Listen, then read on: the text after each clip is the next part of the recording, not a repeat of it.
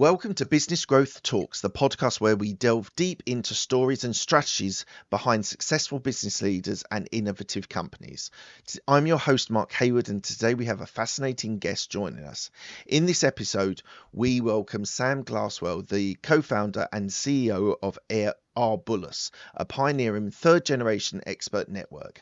Sam's journey in the expert network industry began in 2008 when he joined a pre-revenue startup and played a crucial role in scaling the business to a remarkable $1 billion. His experience at Genpact and AlphaSite saw him be a leadingly significant expansion into the US market, cementing his reputation as a key player. Join us as we deep dive into Sam's entrepreneurial journey as the founder of Arbolus and how they are transforming the landscape of expert insights and tech-driven solutions. Stay tuned for this inspiring conversation with Sam on Business Growth Talks.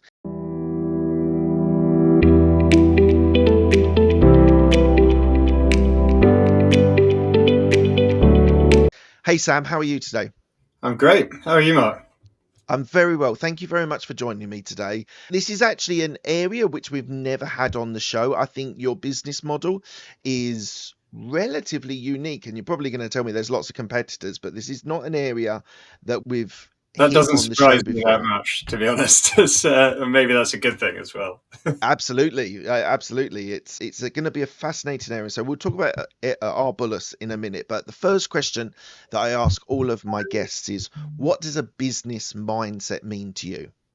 I think that's a great question. I would use, maybe just to keep it concise, two words spring to mind. So I think the first would be optimism. I don't think you can achieve anything in business without positive thinking and without a sort of a winning mentality. And the second word I would use would be agility. Nothing stays the same for very long. And I think great businesses have agility and can move and react to certain situations. Optimism, I totally get, and I understand that. And I also get the idea of having to change, adapt, pivot your business. But where have you had to have agility in this with Arbolus? How have you actually changed something in your business for the better? Yeah, we started our company in 2018, so about 6 years ago, and we knew the industry really well. Both of us as co-founders had spent many years within a similar industry. So when we started the company, we had a broad idea of the innovation that we'd drive within this space. And still today, the headline points of what we wanted to do are actually still very consistent, but I don't think we could have predicted exactly how the journey evolved. So when we released our first product, we had a couple of features that were the core value propositions, and those value propositions have evolved significantly over time. We've built two new products on the platform since 2018. One of the more recent ones is a video survey tool called Canopy. We would have never conceived that in 2018. We only figured that out and figured out that there was a market for that after we'd won our first few customers and after we got the feedback from them. That's what they wanted. So that's really what I mean by agility. And, that's for me the most exciting thing about being an entrepreneur, because if there's one thing I can guarantee you, it's that in 4 years' time or 5 years' time, our business will look very different. The product will look very different. And that's honestly why entrepreneurship is such an exciting path and why we love doing what we're doing. And who is the product guy? Who's the person that's coming up with new features and new services in your business? I think so. My co-founder, Will, is very product orientated. That's part of the reason that we decided to work together. We get on really well, but we're very different people. And Will has a technical mind, a very product orientated mind. But at the same time, I would answer that question as everybody in the whole company is involved in that process, right? People in our client teams are speaking day in and day out to our clients. They're collecting feedback and implementing that all the time. Obviously, our engineering team are now starting to speak increasingly to clients almost on a weekly basis. They're engaged with calls with our key customers. So I think this is what we talk about a lot internally at Arbolus. Everybody has a responsibility to drive that innovation and get the best feedback from the market. So we'll come on to innovation, because I think what you're doing is quite innovative and quite different, and the markets that you're serving. So let's go into Arbolus in a little bit. But my next question is, tell me one thing about your upbringing which reflects on who you are today. Yeah, great question. I think about that a lot. So I grew up outside of London, and my family has a 75-year-old furniture business. Started in 1946 by my great grandfather, co-founded it with my grandfather. It's grown to quite a big company now, 300 or so people. And so I think, and that's the business that I spent every single summer when I had a break from school or university working in. So I think subconsciously, I've probably been an entrepreneur since about the age of 11, really, in one form or another. And I think that had a huge impact in shaping my mindset. Yeah, I think, and then not to mention the fact that the first company I joined when I graduated from university was a pre-revenue startup, which ultimately became a very big company. So again, I've been around this in one way or another for as long as I can remember. And yeah, that's the biggest driver, I think, to what I've done today. So why do you think entrepreneurs are different? They have a different mindset. They have a different approach to things, which coming up a lot on social media and on podcasts about the idea that schools are not helping, promoting, encouraging people to be entrepreneurial. But barring your family's experiences or your experience with your family business, why do you think you are entrepreneurial? You've gone down that path. Why do I think I'm entrepreneurial and how am I different? Yeah, it's a good question. I think the first thing I'd say is I think entrepreneurship is generally glamorized, right? Business podcast you listen to is about entrepreneurs who've probably gone on to be pretty successful. And yes, some of them talk about the pain along the way, but still it's a very glamorized thing. There are some parts of it that are fantastic. I wouldn't choose any other path for myself, but it's not for everybody. So I think what makes entrepreneurs somewhat unique, it's an irrational thing to do. You go through significant failure, significant setbacks. Even if you're a successful company, those far outweigh the wins. And you have to, I think, resilience is probably one of the most important qualities, I think, for any entrepreneur. People who aren't going to be deterred or put out too much by some of those setbacks. I think what else would I say? It is also a very people orientated game. You can't build a business without people. And I get asked this question a lot. What's the one reason that we will continue to be successful as a business and continue to grow at the rate that we have? People is absolutely the thing. If you have an ability to bring the right people in, motivate them in the right ways, show them a vision that's really exciting to them, that has, huge effects, because one person can't do it on their own, right? You're a more powerful business if everybody in the boat is rowing in the same direction. And this is probably something that, maybe in the very, very early days might not be as essential. But if you're going to scale a business to large levels, 100 million revenue business, unicorn status, things like that, there's absolutely no way that you can do that without aligning everybody and doing it through others. So is your idea that culture in your business, how has the culture in your business developed?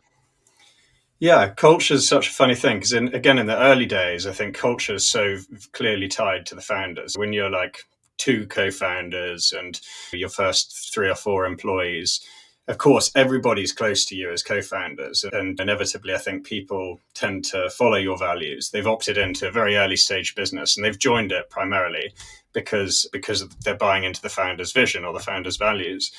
As a company grows, and we're, I think, 170 people now, that's impossible. There's people, we've got 4 offices around the world. There's people joining all the time who I might not meet for 6 months because I don't go to that office within that period.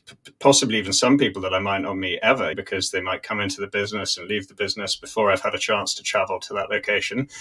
So culture is actually being led by everybody in the business. And it's something actually that you can't control at a certain point of time. Once the train has left the station and you start scaling as a business, culture is created by the individuals in the company, which is terrifying as well as exciting. I think our culture is great and really unique. I think still today, one of our values as founders is that we want to keep evolving things, keep breaking things, keep testing the status quo.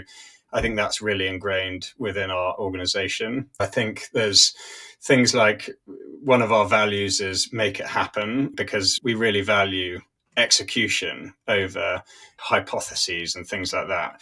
And that's something I see whenever I go to any of our offices. Everybody has that same mindset of just, let's get it done. Let's move fast and break things. And that's great. But there's, I'm sure, lots of other things that have evolved, which is a really good thing as we've grown as a company.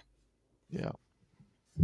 So tell me about Arbolus. What do you do? Who do you serve? Who are the clients that you work with? Yeah, so we're an expert insights business. So we're a platform that helps, we typically serve clients like private equity investors, consulting firms, and we help those businesses when they're doing research on a potential investment. They use our platform to be able to get insights from experts on that topic. So I'll give you a concrete example. Let's say a private equity firm is looking to do a deal in a payment technology company. But before they invest large amounts of money, they want to be able to talk to a variety of people who can help inform that investment decision. So they might be customers of that product. They might be executives who've worked in that space, either of competitors or people who know the business. And they're doing that to build a totally unbiased picture of what that company's doing. So they come to Arbolus to be able to, we do three main things for them. They can engage with experts for 1 hour phone conversations. They can launch surveys, and Canopy, our tool, is a video survey tool, so they can send questions, get video answers from experts through the platform. And lastly, they can track and monitor businesses that they're keeping an eye on and see core data points like NPS or churn risk of those businesses and things like that. If you boil it down to the most essential thing, really what we do, we're a market research business driven through very unique expert insights. So let's explore this with your business. So where do you get your experts from? Where do you pull their expertise from? Yeah, this is a great question. I think now, today, we've probably got approaching 200,000 registered experts on the platform.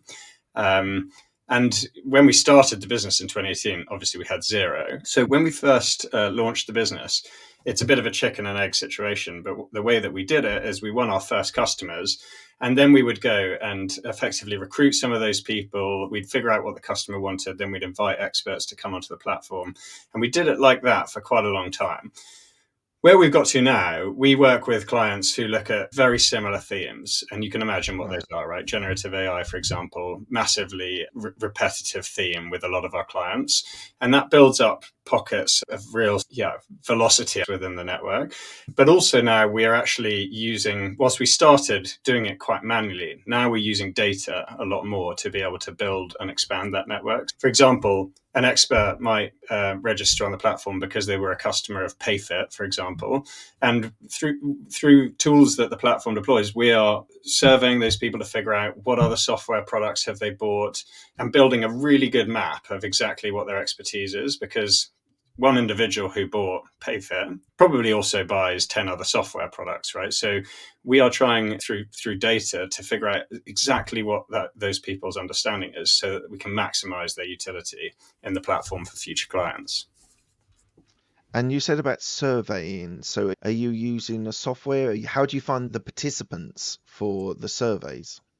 Yeah, through the same technique. So the people who are answering those video surveys are pulled from within this community of 200,000 or so registered. Right. The way that we actually deliver it, that's our software. So we've built a proprietary software tool called Canopy, which allows a customer to come in and say, okay, I want to speak to 20 customers of PayFit. I want to ask them the following 10 questions. Why did you buy this? Who were the other companies that you evaluated when you bought PayFit? On average, how much are you spending? And do you expect that spend to increase? Those are the types of things that investors are typically really interested in. They can create that sort of question set. They can also use GPT tools to literally create those question sets in a couple of seconds. And then they can hit send. And then the experts pulled from that 200,000 or so community are answering those questions through a link and posting videos, which the client all sees through the Arbolus platform. And lastly, I think what we figured out is if you've got 15, 20 experts answering 10 questions, that's a lot of content that the client has to go through. So we've built tools that aggregate all of those answers into a consistent report, give them summaries of all of those answers, and makes it essentially really digestible, saving our clients time. And We have been lucky, quite frankly, with the timing of GPT tools, because there's no way we would have been able to build such a good product 4 years ago, 5 years ago. And again, this comes back to a point that I made earlier. Obviously, when we started the company in 2018, we didn't know that we'd build those products, because that technology evolved during the time that we started the company. So that's why agility, I think, is such a critical thing as you're building and scaling a company. Yeah, absolutely. So you've said, and I've seen in the research, that you work with private equity firms and consultancies. Why have they evolved to be your main client base? I think one reason is those. So we also do work with corporate customers too. So obviously, large corporates are doing research either for M&A or market entry and things like that. So we have a number of corporate clients too. But the thing that's unique about private equity and consulting is the speed at which they're evaluating many different situations is completely different to how a corporate approaches it. Even the most acquisitive corporates out there, a Microsoft or someone like that, still it's tiny as a fraction of the amount of research that someone like KKR are doing, for example, right? So one of the reasons those are our best customers is because of the sheer amount of research that they do. And if you think of the largest consulting firms you can think of, a McKinsey, for example, McKinsey aggregate all of the demand of a KKR and a Microsoft and all of their clients. So in a way, they are an aggregator of all of that flow of research and information. So they're really good clients for us too. And then the other point I'd add as well is for private equity clients, they have a lot of upside from making good investments, right? You can doing an investment and having a 3x return on that investment versus a 5x return on that investment. Obviously, the upside to that differential is it makes our fees completely meaningless in a way, because there's such potential to create value. And that's why they're really good customers for us, because if they see our tool and see what we do as a way to drive that upside, it makes them very price insensitive towards what we do. And I think this is actually one really important point that I'd share to any aspiring entrepreneurs. If you can build a business where what you charge a customer is more or less irrelevant because you're creating a great opportunity through that customer using your product, it makes it a lot easier to build and scale a company. If a customer, however, looks at your product as a cost line, very difficult to sell it, difficult to get good retention numbers and things like that, because when the next annual budget cycle comes around, people might look at that and think, do I really need it? So I think this is a really critical point. Why did you start the business in 2018? You said you had a co-founder, but what did you see that meant that you thought that Arbolus needed to be a business supporting these clients? Yeah, I think that there's two types of entrepreneurs. This is probably an oversimplification, but I will say it anyway. I think there are two types of entrepreneurs. There's entrepreneurs who become entrepreneurs because it's so clear that something needs to be built, and because you might not be entrepreneurially minded, but you walk into an opportunity where you're like, I can't not do this. And then there's other entrepreneurs who are driven to be entrepreneurs, will always build businesses, they'll build one company, go on to the next one, and they are serial entrepreneurs, effectively. I think I probably am more in the second camp, to be honest with you. As I said, from my early days, I'd subconsciously probably had realized that every decision I'd made and the things that I'd done, the time that I'd spent with people, it was all driven off a desire and an interest in entrepreneurship. And then after I went to business school after I left Alpha Sites, and then joined a very big corporate, a great company, but it was totally misaligned with my values, right? So it propelled me back towards this path. I left after 18 months and decided to start this company when I was going to have my first baby in 6 months, and we just bought a house and we had a mortgage. And so I gave up my corporate salary to start a company with no salary for the first year, bootstrapping it with my co-founder in like a warehouse in London. That's an irrational thing to do. So there must have been a really strong driving force for me to do that. So I think that's the main reason. But also, secondly, when Will and I got together, because I think we were both similar in this regard, we were both very entrepreneurially driven. But we sat down, probably had one too many beers in a London pub, and realized that there was a great opportunity in a space that we knew really well, right? We'd seen a great company scale to really high levels, but we also saw opportunity to evolve how those types of businesses were doing things. And I think we felt, of almost anybody out there, we're probably two of the best, most qualified people to build that company, which I think is also another really good point. If you're going to go out and raise venture capital from people and sit in front of investors, and particularly if you're a first-time entrepreneur, it's super valuable if you can be credible, right? And I know our first investors were a fund called Fuel Ventures. And I know because I spoke to the managing partner, Mark, there about this after he invested. And he was like, this was one of the main reasons. We took a bet on you because you knew your space really well and you'd seen a great company, but you'd also seen opportunities for how you could build an interesting business there. If it was all to stop today, Arbolus, what would be? Have you thought of the next business? Now, I'm not saying you're going to leave or anything like that, or it's going to show, but I'm interested because one of the things as an entrepreneur for me is that I see trends in other markets that I'm not working in. I go, oh, if I had the time, that might be an interesting business to start. Or do you have, if it all stopped today, what would be the next business? Have you even thought about that? Yeah, it's an interesting point. I generally don't spend that much time thinking about that. Sure, no, of course, but I'm just wondering, what if you had to start today again with all your knowledge, all your experience? Would it be service based or would it be maybe product based? Even maybe that distinction might help. Yeah. So I think whenever this journey concludes in whatever form that is, the first thing I'd do is probably take a couple of months off, right? I mean, yeah, I think it's a good idea. It's extremely intense building a company and it's so rewarding at the same time. But I think it'd probably be good for my general bit being to have a bit of time off. And I have thought a little bit about this, particularly if you become really successful as an entrepreneur. Lots of people end up being investors, either investors of their own capital, or maybe they join a fund and they do it. And then they sit on a number of boards of lots of other startups, and that's the way that they want to help. I suspect I wouldn't do that, to be honest with you. Okay. I think I would build another company because I think that is in my DNA, and I don't know exactly what in what that might be or what it would do.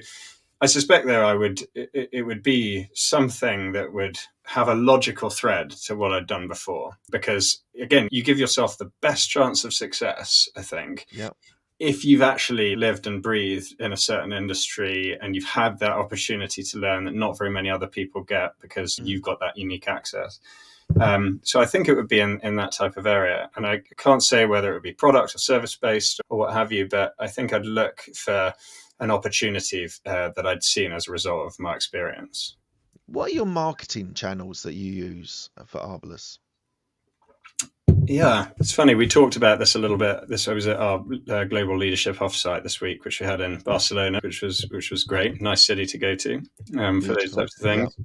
Our marketing team is really lean. They're a fantastic team, but we're not a business that needs to have a huge marketing force in order to expand.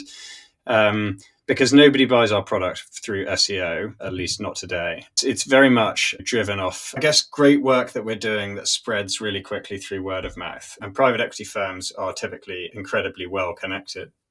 So word moves really quickly if you're doing great things and if you're changing for the better. So what we do for marketing that's proven really valuable, webinars have been a really effective tool. So we do webinars on topics like the state of the market and private equity in 2024, or we had a really interesting one, actually the last one that we did, where we had a founder of a company called Juco, who I know really well, who ended up scaling a company from startup all the way through to selling it to Nordic Capital.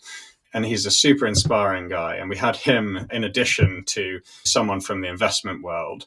And that was super interesting, I think, to a lot of our audience, because private equity investors really still, even if you're investing in a mature business, you're still investing in a founder. You're still investing in someone's ability to be able to execute and take the company to 3 or 4 times of what it was when you invested.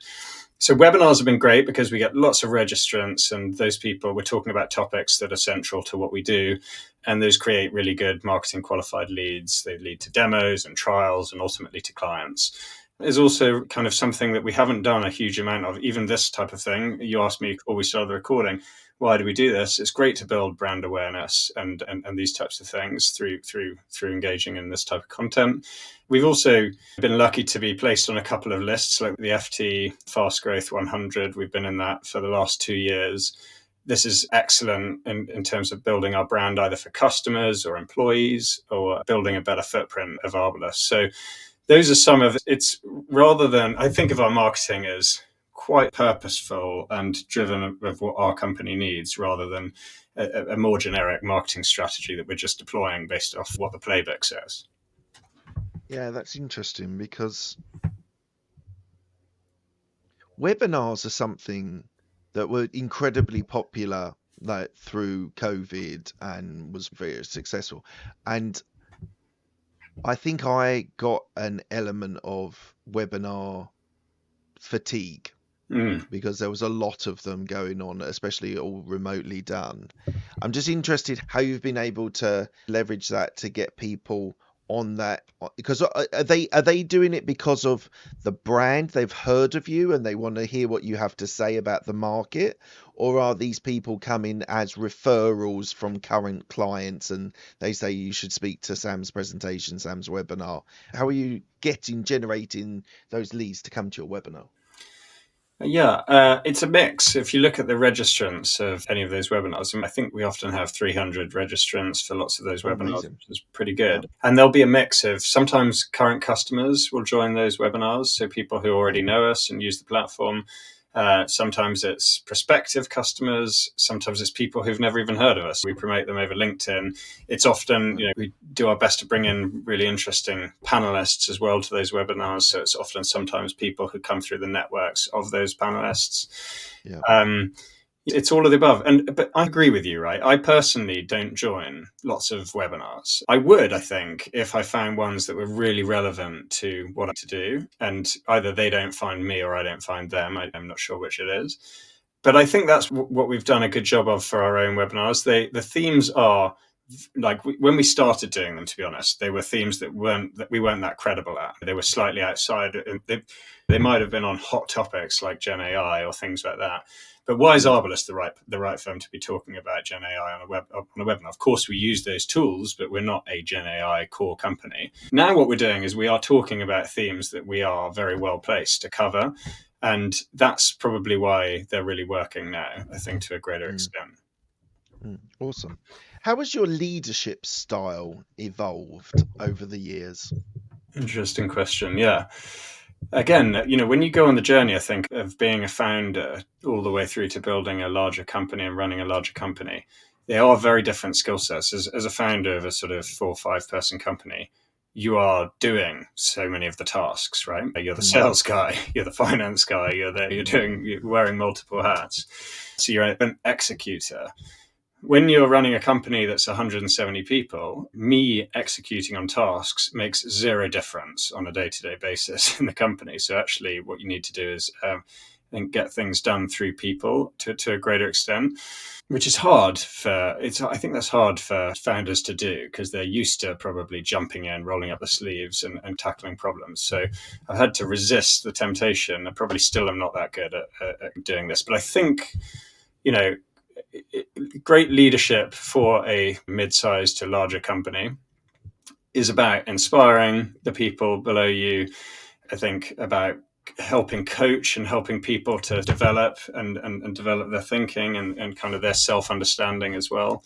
And my leadership style, I think, and I was talking about this to one of our team in Barcelona yesterday, but I try and be as open as possible. There's nothing I'm not prepared to talk about.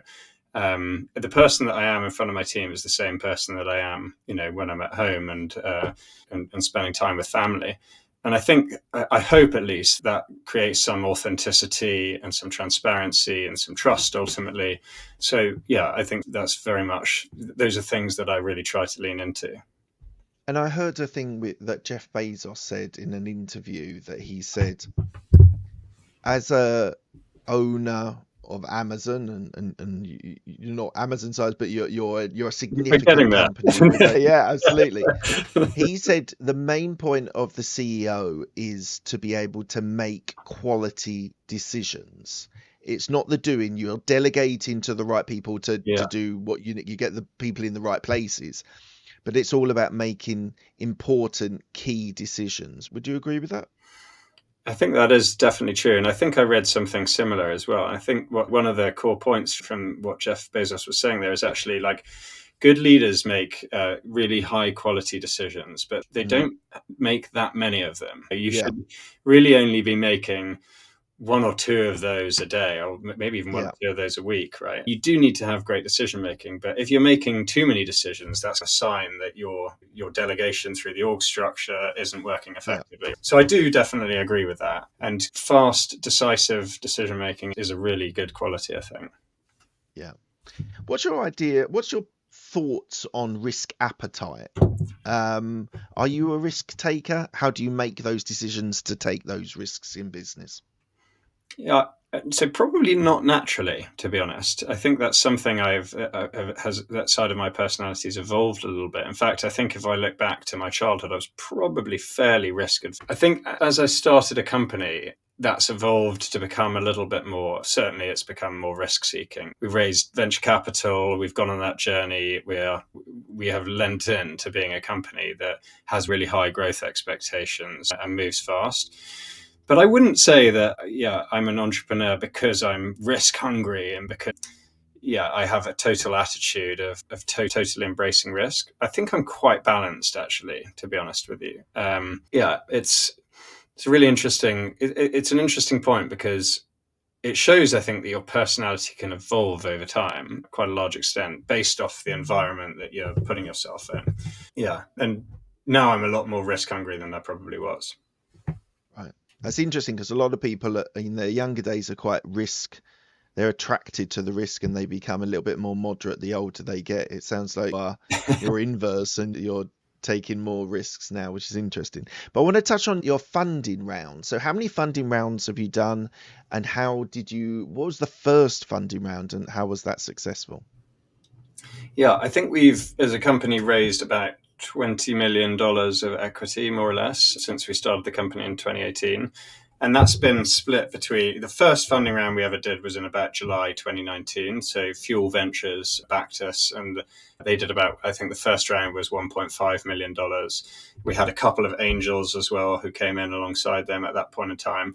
And Fuel are a great investment firm, and they are very seed focused, but they help companies get to a Series A point, and they've followed us probably in two or three different priced equity rounds before our series. So we've probably raised money at about 4 or 5 different events, all with a different share price along the way. But we've only really had 2 unique institutional investors invest in the company. So Fuel Ventures were the first in 2019, invested in 2 or 3 priced rounds, and then 13 Books Capital came in to lead our Series A in February 2022.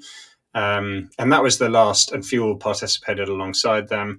And that was really the last event. So that was a little over 2 years ago now. And we've pretty much doubled the business, or over doubled the business since our Series A, which is an interesting point because we are doing what lots of companies are doing, which is effectively trying to grow as much as possible in a market that isn't particularly friendly to valuations and things like that, to drive growth for as long as possible before we might do the next event, which I suspect is coming now relatively soon. Okay. But that's, I think, very much a common theme.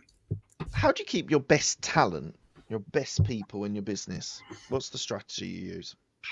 Yeah, this is again a really important point. For a company to be successful, you do have to retain your best talent and give those people a real career path to grow from. I think one of the most important things that I think our employees value is that they have the ability to drive change. We are not a hierarchical organization, and people can break out and build a new team or start working with a new client and can really have an opportunity to make of that what they will. That's one of the main things. We don't want glass ceilings above people's heads. And we want to give people great opportunities to continue to grow and develop within Arbolus. But it's hard. When we're 170 people now in the company, and inevitably you get attrition and people go off and leave, and sometimes really great people go off and pursue a journey elsewhere. Oftentimes that's the right thing for those people. Maybe they started their career with us, they've done 2 or 3 years or 4 years at Arbolus, and maybe it's the right time for them to go off and explore different things. It's always really sad when a great employee leaves, but it's also a great thing ultimately for us as a business, because it creates opportunities for those people that remain in the business that weren't there before. It also creates a better network for everybody who works at Arbolus. So if someone goes off and joins another interesting company over here, play that out for 5 years or so, and suddenly your network of 100 people is actually like way broader than it would have been if everybody stayed. And so attrition is not necessarily a negative thing. And I think we want to be the type of company that celebrates great people going off to do new things when it's the right time for them to do that. How do you manage 4 different offices globally? I'm not necessarily on the operational level, but how does your team manage a diverse workforce? How do we manage? That's quite difficult. Yeah, it's hard when you're a business with one location and everybody sits in the same office, or at least in the same sort of time zone. It's way easier. You can bring everybody together. Even if you're a remote business, you can bring everybody together in offsites quite frequently, and you can create real alignment. We have 170 split across London, New York, Barcelona, New Delhi, and probably will open other locations in the relatively near future. Time zone from New York to New Delhi, I don't know, what is that? It's probably 10 hours, something like that. Yeah. Really hard for those people to really interact too much with each other. So I think at the same time we do quite a good job. We really try to encourage people to connect with each other and have quite a lot of overlap. So sometimes folks in our Barcelona office are actually working day to day very closely with people in our New York office, and there's some overlap. It's harder in the more extreme time zones to create that. Sure. But lots of those teams in those different locations are integrated and speak to each other a lot. But it's not at the moment fully localized, where if you're in the Barcelona office, you only ever talk and deal to people in Barcelona. And I think our team really like that. They like that sense of the fact that we are a global, multicultural business. But I'd be lying if I said it wasn't. If I said it was easy, it's not easy. It requires lots of travel, lots of active communication with different parts of the team.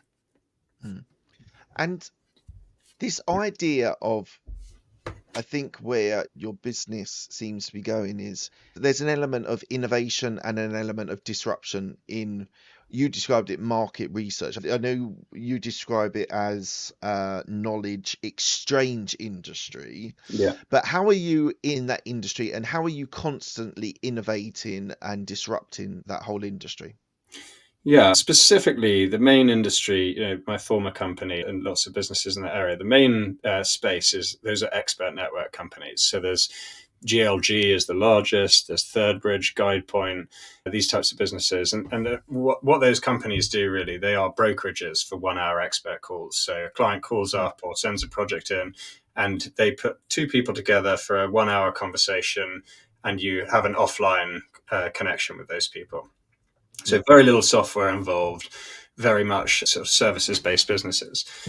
We started Arbolus really with the North Star of, can we make knowledge sharing easier through technology? So could we build a software platform that allows, even if 2 people speak for a 1 hour call, what if we could create a messaging channel, like a Slack style interface, where if you had a follow-up question, you could ask that with the expert? What if you could actually capture the content of that conversation, create an AI transcript, and allow that client to be able to refer back to that and search the data within that? What if there was a possibility where you didn't need to do a 1 hour call? That's the only medium that's really being offered by the traditional players in the industry. But sometimes you don't need an hour of someone's time. Sometimes you've got a very specific question or a couple of questions, and you could ask those in a way easier format. So that led to Canopy, it's very much an asynchronous video Q&A tool. So yeah, I don't know if that answers your question. We compete in that industry, to be really specific. And we compete with just a different type of product experience than some of the more traditional players. Okay, awesome. And what's the plan for the next 2 to 5 years for you and your business? Yeah. At the moment, I think we're doing really well as a business. We're growing really strongly. We're approaching profitability. So, and we're also growing really strongly in a market that is not really growing, to be honest. Our demand in this industry is driven by deal activity. And as I'm sure, right, deal activity in the last 18 months has dried up big time. So the fact that we're growing at a really strong rate in that context makes me really excited about the future. Our plan really is to keep doing what we're doing. We're really enjoying ourselves. We think there's so much yet to go, both in terms of obviously the total growth of Arbolus, but also how we can continue to build products that make it more efficient to gather knowledge. That's one of the things I love about our space. I don't think we'll ever be done. We will always be thinking about how we can create more efficiency, how we can innovate on the process more. So we want to keep building the business and keep growing a great company. We don't think too much about the long-term future. But certainly for the next 3, 4, 5 years, we want to keep doing what we're doing. And you mentioned about profitability. So are you profitable at the moment, or are you moving towards it? So we're very close now to profitability, and we've, like every business out there, we've worked very hard to get to that point, and we've navigated the company because it's clearly very important now, whereas maybe 2 years ago it probably wasn't, and growth was still the primary metric.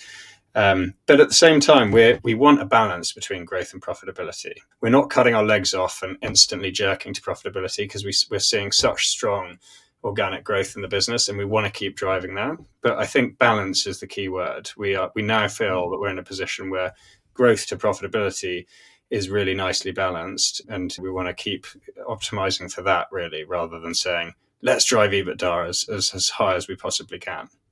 Yeah. All right, Sam, we're coming to the end of the interview. I ask the same 6 questions to all of my guests. They're quick-fire questions. They don't need a quick-fire answer. First question is, what's the best decision that you've made?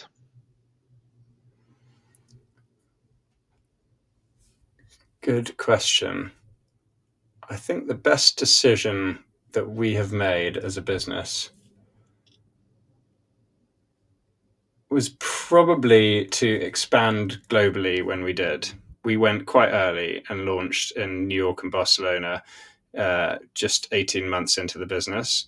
And that showed a certain intent, and it created this incredibly diverse global team, even in the early days. Amazing. What's the best piece of advice you've been given? Best piece of advice? Very good question. Wow. I've received so much great advice over the years. And I think that's the great thing about being an entrepreneur. You get lots of support and lots of help from lots of different people. But you've got to go and find it, though. That's something I've found with mentorship and coaching. You have to go and look for it. You absolutely do. And in the first couple of years, reflecting back on it, I didn't receive anything like the advice and support that I am now receiving. Maybe that's just a factor of having been doing this for quite a long time. It's really hard for me to put my finger on one unique bit of advice. I think very difficult. I think probably the best advice that I value more highly than anything else is when a successful entrepreneur tells me. I had for example, just one in recent memory. I met with that panelist who sold his company to Nordic in the very early days. He's given me some really good advice throughout time about working with investors, hiring the right people. Yeah, I can't pinpoint, to be honest, anything. It's a sum of multiple parts. That's absolutely fine. Who's the person that's helped you most in your career? Probably, to be honest, the 2 founders of the business that I joined when I first graduated university. I joined them on a mission, and the company became, and it wasn't so much day-to-day help that either of them gave me, but they helped me to create this image of what was possible and to pursue really great things. Amazing. Tell me about a regret that you have.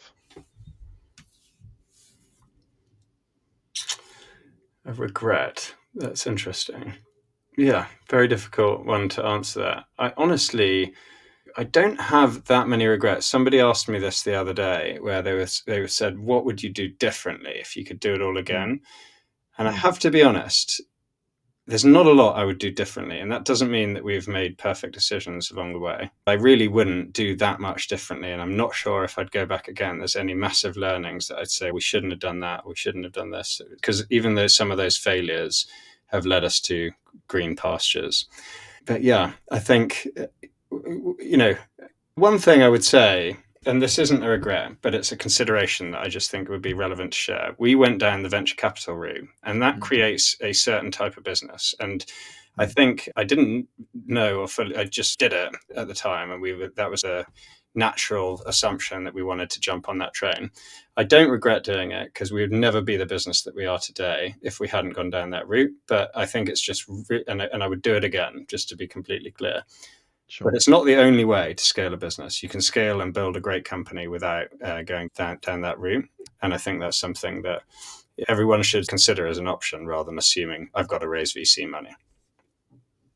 What made you choose to go down the VC route? You said you wouldn't change it, but you implied, well, your answer there was you just thought that was the next stage for your business. But when you were thinking about at that point, what are the next steps?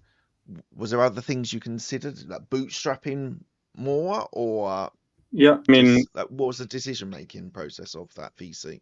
it was certainly something we thought about, because the founders of the last business didn't really go down that route. They did raise a bit of capital, but they didn't jump on the VC train. Knew we wanted to, because we knew we wanted to build great technology as our core differentiator. And raising Right. VC money, if you want to do that, I think is pretty essential. So, but this is one thing I think I'd also point out that I definitely didn't appreciate. When we raised the first money, we jumped on the VC train in 2019, raised the first money, and thought very naively, oh, yeah, this might be the only money we'll raise, and we'll get to profitability, and then we'll keep going. I think once you're on the venture train, you're on the venture train. You're running a venture Right. style of business, and you should go into that eyes wide open, right? And maybe that's Mm, the right thing for your business, and it was for our business, but it's not the right thing for every business. that's interesting. That's really interesting. What are you most proud of? I'm most proud that 170 people today, and more than that, probably maybe we've hired 300 people throughout the start of the journey.